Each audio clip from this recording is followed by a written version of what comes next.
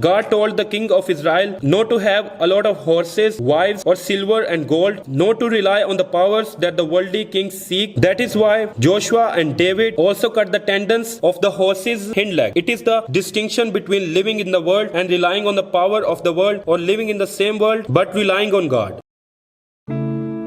The eternal and unchanging Word of God. Walking with God. The Bible that transcends time, Walking with God, Part 23. Holy and distinguished. In the Bible, God tells His people to be holy. Speak to the entire assembly of Israel and say to them, be holy because I, the Lord your God, am holy. Consecrate yourselves and be holy because I am the Lord your God. Keep my decrees and follow them. I am the Lord who makes you holy. You are to be holy to me because I, the Lord, am holy, and I have set you apart from the nations to be my own. But we know, even though we are saved, we are neither holy nor can we ever be holy. So we need to find the meaning of holiness in the Bible. Only then can we live the holy life described in the Bible. Meaning of holiness.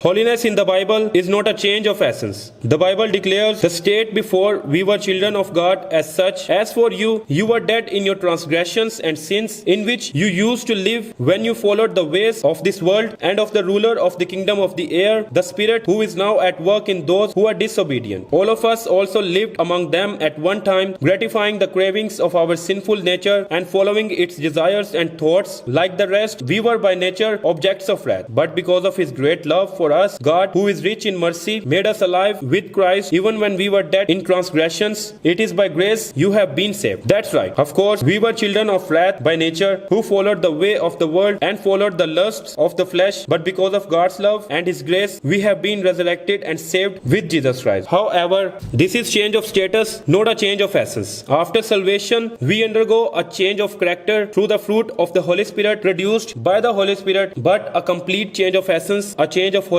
will be accomplished as a glorification in the kingdom of God through death. Therefore, we must know the meaning of holiness from the Bible. We need to know what holiness is required from sinners who cannot be holy by nature. As we know, no one is righteous. Therefore, God is not asking us to be righteous by nature nor by works. So, we must again find the answer in the Bible. I am the Lord your God. Consecrate yourself and be holy, because I am holy. Do not make yourselves unclean by any creature that moves about on the ground. I am the Lord who brought you up out of Egypt to be your God. Therefore, be holy, because I am holy. For you signaled them out from all the nations of the world to be your own inheritance, just as you declared through your servant Moses, when you, O sovereign Lord, brought our fathers out of Egypt. That's right, in the Bible, holiness is distinction. It is not about the separation of life, but distinction of mind, distinction of life. It's not about turning our back on the world, it's about being distinguished from the world. You are the salt of the earth, but if the salt loses its saltiness, how can it be made salty again? It is no longer good for anything except to be thrown out and trampled by men. You are the light of the world. A city on a hill cannot be hidden. I have written you in my letter not to associate with sexually immoral people, not at all, meaning the people of this world who are immoral, or the greedy and swindlers or idolaters. In that case, you would have to leave this world. That is why the Bible calls God's people a distinguished holy people or holy people. For you are a people holy to the Lord your God. The Lord your God has chosen you out of all the peoples on the face of the earth to be His people, His treasured possession. For you are a people holy to the Lord your God. Out of all the peoples on the face of the earth, the Lord has chosen you to be His treasured possession. Therefore, we are to live as salt and light in this world, and to live a distinguished life in this world. They should be distinct even while doing the same thing in the same place. The Bible calls that holy. Distinguished people.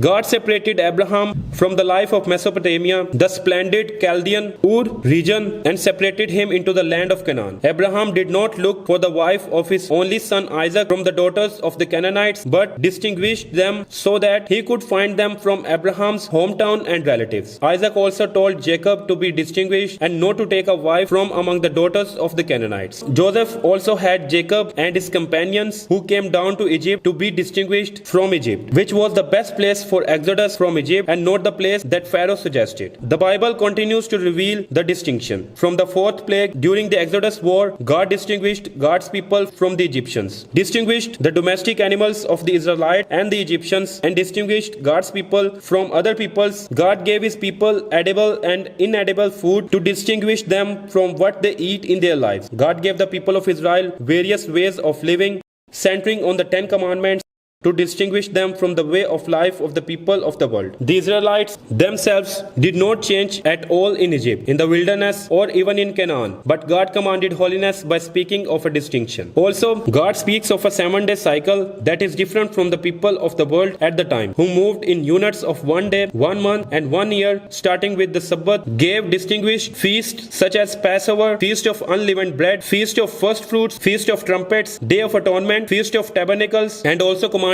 a way of life that was distinguished from the people of Israel and the world. He even instructed the tabernacle to offer sacrifices only as God had commanded, thus distinguishing it from the adultery and mixed sacrifice of the world. God forbade the people to sow the 2 kinds of seeds on the field, not to wear clothes made of 2 materials, and not to eat blood or fat. Even at the time of his return from captivity, Ezra kept the distinction of holiness by separating those who had married Gentiles, and Nehemiah rebuked and beat the people who were married to the Gentiles even by pulling their hairs. If the temple was built centering on Zerubbabel, it is in the world through Nehemiah, but the reason why the wall must be built is to distinguish the temple from the world. It is saying that God's people will be distinguished from the world by sending and calling the people of Israel from Egypt, which started with Jacob and his companions. And the distinction of that calling leads to the calling of God's people to come out of this world, Babylon. Esther and Mordecai lived distinguished lives as God's people in Persia during captivity, not even in the land of Canaan, and suffered hardship because of their distinguished lives. But God kept them in God's way. Daniel and his 3 friends, Shadrach, Meshach, and Abednego, should have lived in the Babylon captivity without distinction from the world, but they lived a life distinguished from the world, and that distinguished life brought suffering, going into a furnace and a lion's den. But God protected God's people who kept their distinction for the sake of holiness, because it was the holiness that God commanded. The distinction of holiness is not separation. Biblical holiness is not holding on to the world in the world, but turning their backs to the world toward God and living a life the world cannot handle. Who brought faith, conquered kingdoms,